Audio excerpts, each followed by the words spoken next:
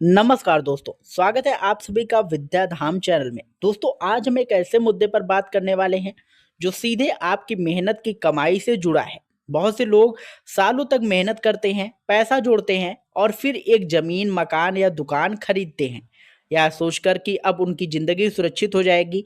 लेकिन सही कानूनी जानकारी ना होने के कारण वही संपत्ति उनके लिए बहुत बड़ी परेशानी बन जाती है। कई लोग ऐसे मिल जाएंगे जो बताते हैं कि उन्होंने जमीन खरीदी, लेकिन बाद में पता चला कि उस जमीन के कई मालिक हैं या फिर उस पर पहले से विवाद चल रहा है।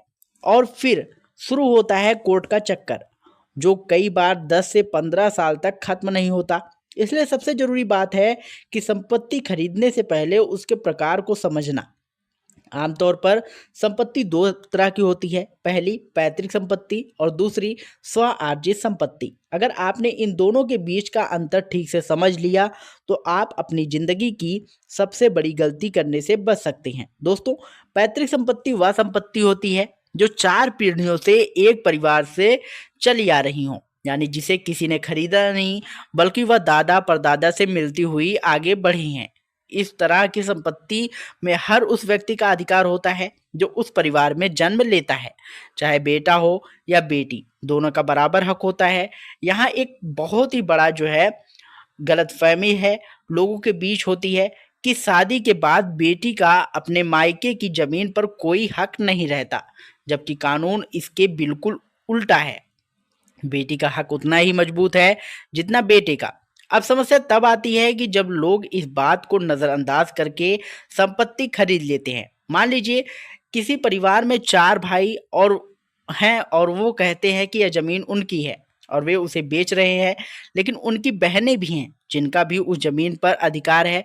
अगर आपने केवल भाइयों से जमीन खरीद ली और बाद में बहनों ने कोर्ट में दावा कर दिया तो आपको दोबारा पैसा देने पड़ सकता है या फिर केस जो है लड़ना पड़ सकता है। यही वजह है कि पैतृक संपत्ति खरीदते समय आपको बहुत ज़्यादा सतर्क रहना चाहिए।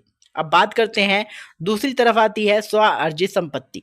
यह वह संपत्ति होती है जिसे किसी व्यक्ति ने अपनी मेहनत की कमाई से खुद खरीदा हो। इस पर सिर्फ उसी व्यक्ति का अधिकार होता है। वह चाहे तो इसे बेच सकता है, किसी को गिफ्ट कर सकता है या अपनी मर्जी से किसी एक व्यक्ति को दे सकता है। यहाँ तक कि वह अपने बच्चों को भी इस संपत्ति से बेदखल कर सकता है और बच्चे को इस पर कोई जो है कानूनी दावा नहीं कर सकते जब तक वह व्यक्ति जीवित है।